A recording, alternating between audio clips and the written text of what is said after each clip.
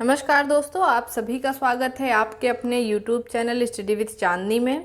जैसा कि आप सभी जानते हैं कि इस चैनल के माध्यम से आप सभी लोगों को लेटेस्ट अपडेट प्रोवाइड कराई जाती है, फिर चाहे वो आपकी वैकेंसी हो, रिजल्ट हो या किसी भी एग्ज़ाम से संबंधित हो। तो दोस्तों, आज का जो वीडियो है वो नए एग्ज़ाम के संबंध में है, जो कि आज दिनांक 22/5/2022 को यूपी ने मंडी परिषद से ड्राफ्टमैन का पेपर कंप्लीट करवाया है। तो उसी का मैं सॉल्यूशन वीडियो लेकर के आई हूँ। आशा करती हूँ आप सबको वीडियो पसंद आया होगा।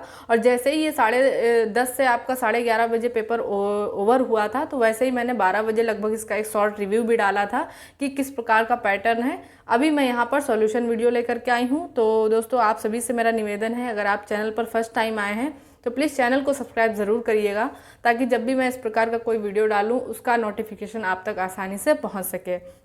साथ ही अगर ये पीडीएफ आपको चाहिए तो टेलीग्राम ग्रुप का लिंक मैंने डिस्क्रिप्शन बॉक्स में दे दिया है, वहाँ से जा कर के आप इस कंप्लीट पीडीएफ को डाउनलोड कर सकते हैं। दूसरे वाले वीडियो में बहुत सारे लोग कमेंट कर रहे हैं कि टेलीग्राम लिंक ओपन नहीं हो रहा है, तो अगर आपका जो है लिंक ओपन नहीं हो रहा है तो वहाँ पर जाकर के आप स्टडी विद चांदनी नाम से भी सर्च कर सकते हैं, तो आपको वो ग्रुप मिल जाएगा।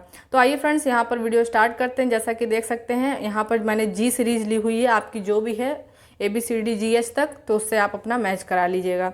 सबसे पहले बात करूँ मैं यहाँ पर कि कितने पोर्शन से क्या क्या क्वेश्चन आए थे, तो जीके जीएस के आपके 30 आए थे, हिंदी से भी 30 आए थे, और जो आपका टेक्निकल है मैप वगैरह से संबंधित सिविल इंजीनियरिंग थोड़ी सी आई थी, तो उसके आपके 40 क्वेश्चन थे।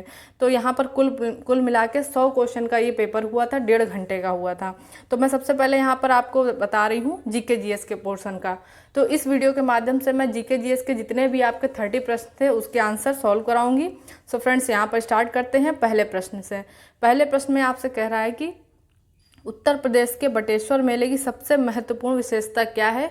तो उत्तर प्रदेश का जो बटेश्वर मेला है वो उसकी विशेषता है पशुधन मेला, और ये कहाँ लगता है? आगरा में लगता है, ध्यान दीजिएगा, ठीक है। इसके बाद है अगला प्रश्न, प्रश्न नंबर 2 में आपसे कह रहा है कि UPSIDA का फुल फॉर्म क्या है। तो ऑप्शन नंबर ए सही हो जाएगा, उत्तर प्रदेश राज्य औद्योगिक विकास प्राधिकरण, या फिर इंग्लिश में आप देख सकते हैं कि Uttar Pradesh state industrial development authority.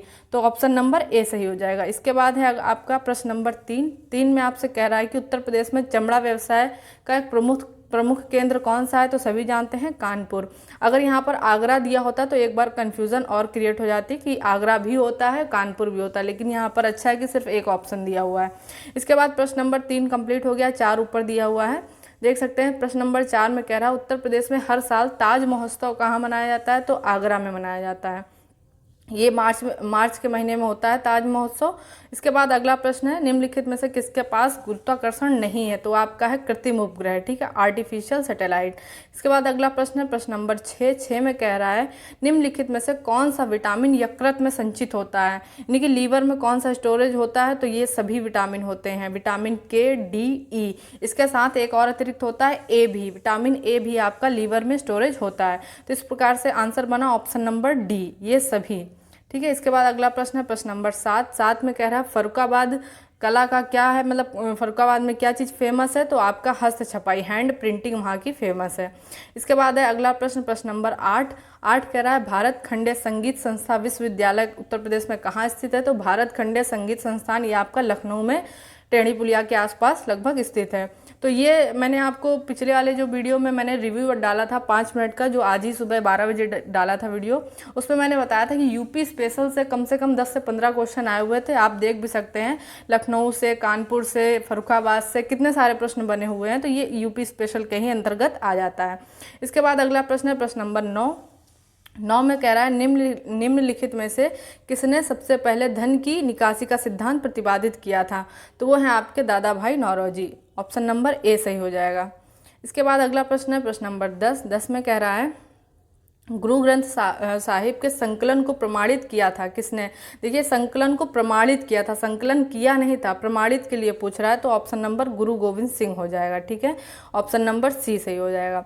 अगला प्रश्न है प्रश्न नंबर 11 में कह रहा है स्थायी बंदोबस्त सबसे पहले शुरू किया गया कहाँ। तो बंगाल और बिहार में, ऑप्शन नंबर ए सही हो जाएगा।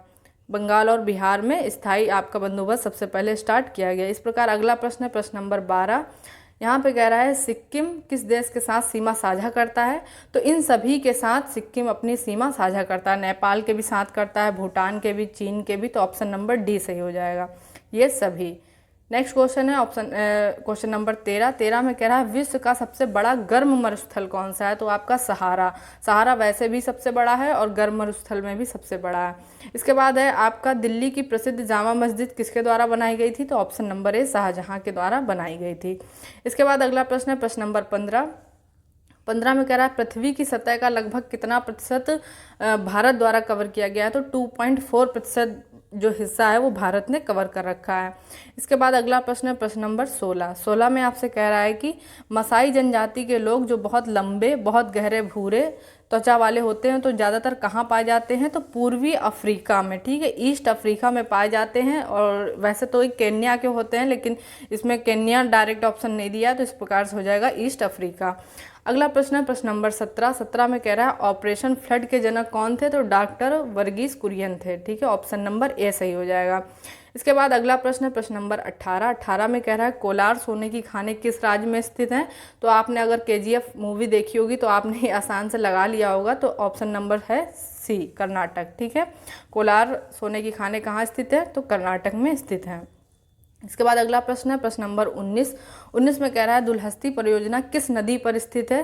तो वो आपकी है चिनाब नदी पर स्थित है। इसके बाद अगला प्रश्न है प्रश्न नंबर 20, यहाँ पर ऊपर दिया हुआ है जैसा कि देख सकते हैं। प्रश्न नंबर 20 में आपसे कह रहा है कि हाल ही में भारत का दौरा करने वाले प्रविंद कुमार जगनॉथ किस देश के प्रधानमंत्री हैं? तो मॉरिशस के प्रधानमंत्री हैं, ठीक है। इसके बाद अगला प्रश्न है निम्नलिखित में से प्रश्न नंबर 21 में कह रहा है निम्नलिखित में से भारत के किस राज्य में जनसंख्या घनत्व बहुत कम है? तो वो है आपका अरुणाचल प्रदेश, ठीक है, Arunachal Pradesh option number B सही हो जाएगा। इसके बाद अगला प्रश्न है प्रश्न नंबर 22 में कह रहा है कि ग्रीन हाउस गैसें कौन सी हैं? तो मेथेन भी होती है, ओजोन भी होती है, कार्बन डाइऑक्साइड भी होती है, ऑप्शन नंबर बी सही हो जाएगा, ये सभी गैसें होती हैं, ठीक है। इसके बाद अगला प्रश्न है प्रश्न नंबर 23 में आपसे कह रहा है किस फसल की खेती के लिए जलाक्रांति की आवश्यकता होती है? तो ये है आपका चावल। वाटर लॉगिंग कौन सी फसल ऐसी है जिसको उगाने के लिए वाटर लॉगिंग करना पड़ता है? तो वो आपकी है चावल, है ना, ऐसे ज़मीन में पानी में डुबोया जाता है, तो उस तरीके से। इसके बाद अगला है प्रश्न नंबर 24 कह रहा कृषि विपणन की व्यवस्था में सुधार के लिए भारत सरकार द्वारा अपनाए गए 3 नीतिगत उपाय कौन से हैं? तो ये है आपका पहला दिया हुआ न्यूनतम समर्थन मूल्य, बफर स्टॉक का रख रखाव, सार्वजनिक वितरण प्रणाली। तो ये ऑप्शन नंबर डी सही हो जाएगा, ये तीनों नियम हैं, ठीक है। इसके बाद अगला प्रश्न है प्रश्न नंबर 25 में आपसे कह रहा है संयुक्त राज्य अमेरिका के वर्तमान राष्ट्रपति कौन है? तो जो बाइडन है, ऑप्शन नंबर सी सही हो जाएगा। इसके बाद है प्रश्न नंबर 26 में आपसे कह रहा है कि कौन सी सरकार आम लोगों के सबसे ज़्यादा करीब होती है? तो वो होता है आपका स्थानीय, यानी कि जो भी आपके समस्याएं होंगी जो जनरल लोगों के लिए होंगी वो सबसे पहले लोकल नेता होगा वहाँ पर जाएगी, ठीक है। तो इस प्रकार से लोकल इसका ऑप्शन सही हो जाएगा। इसके बाद अगला प्रश्न है प्रश्न नंबर 27 में आपसे कह रहा है उत्तर प्रदेश में मुख्य प्रकार की फसलें कौन सी हैं?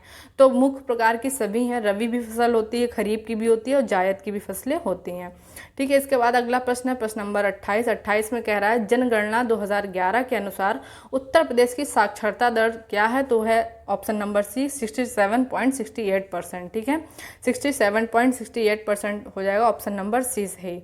इसके बाद कह रहा है 29 में BHU का फुल फॉर्म बताइए। तो BHU का फुल फॉर्म हो जाएगा option number A Banaras Hindu विश्वविद्यालय।